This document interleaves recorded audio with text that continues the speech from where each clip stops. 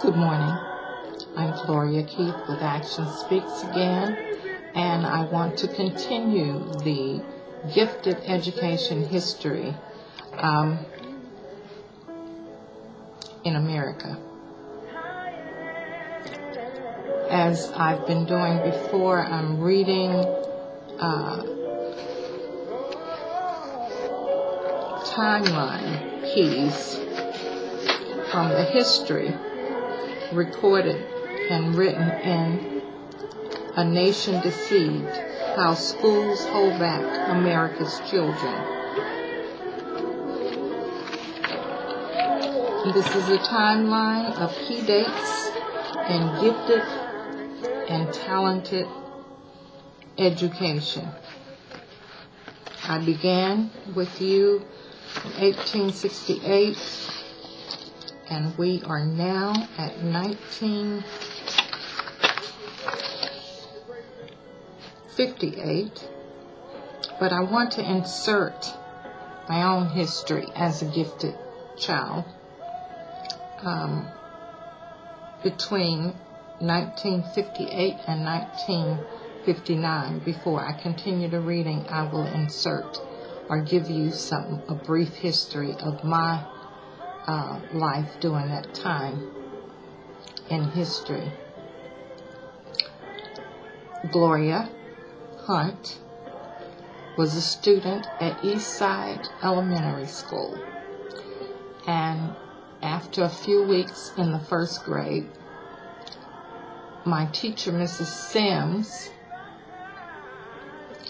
saw that I was excelling above most of the students in my class. And she requested from the authorities to have me moved to the second grade because of my successes.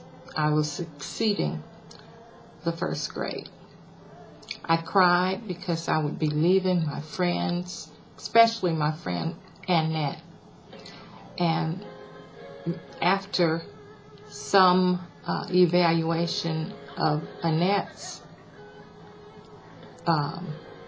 grades, they decided that they would move Annette with me in order to have me accelerate to the second grade.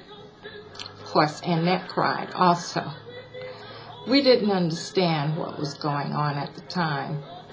I knew that I was always helping other students with their work as well as doing mine. I remember moving to Mrs. Sims' sister's class, Mrs. Carey, who taught the second grade. I remember going there, and I didn't particularly like Miss Carey, so I asked to be moved back to Mrs. Sims' class. And they did move me back to appease me, but gave me more work, or I ended up helping Mrs. Sims grade papers and do other things. So between 58 and 59, I went through 3 grades. First grade, Mrs. Sims, second grade, Mrs. Curry, and third grade, Mrs. Sims. So I wanted you to know that acceleration did work for me during that time, particularly after being kicked out of school at 4 years old, kindergarten. Thank you for listening, and we will have more information for you. As a matter of fact, let's continue to read the timeline, key dates of gifted and talented education from A Nation Deceived, How Schools Hold Back the Brightest American Students.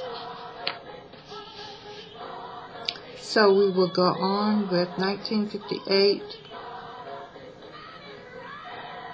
The National Defense Education Act passes, and this is the first large-scale effect by the federal government in gifted education. As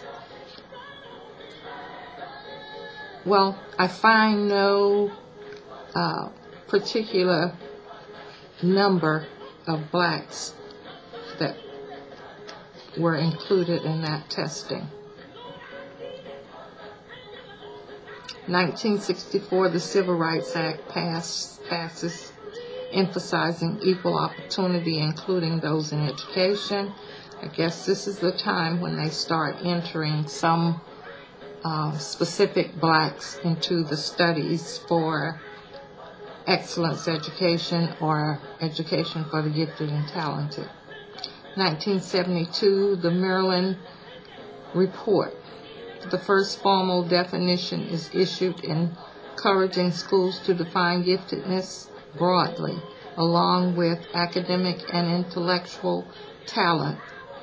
The definition includes leadership ability, visual and performing arts, creative or productive thinking, and psychomotor ability. Note, psychomotor ability is excluded from subsequent revisions of the federal definition. 1974, the Office of Gifted and Talented, housed within the U.S. Office of Education, is given official status. Forgive me for the music being on. It became a distraction, so I had to eliminate it. 1975, Public Law 94-142, the Education for All Handicapped Children Act. This act establishes a federal mandate to serve children with special education needs, but does not include children with gifts and talents. I remember during that time, this is the time that my oldest daughter, who was born gifted also, and proved it to be through acceleration of classes as well. And in 1975, I remember fighting for the gifted to be included in the Special Education Needs Act, the Handicapped Children Act, which they also included exceptional children, and they eventually define gifted as exceptional. So we were yet fighting. I will move on to 1983 after I gather some dates and data from our own lives, because during that time I had 3 gifted children born, and they needed special education. They had special education needs. My first child, after they recognized her excellence, she became a successor in the 5th grade at 7 years old. So we will move on with some history data on the gifted and talented in our next session. Thank you again for listening.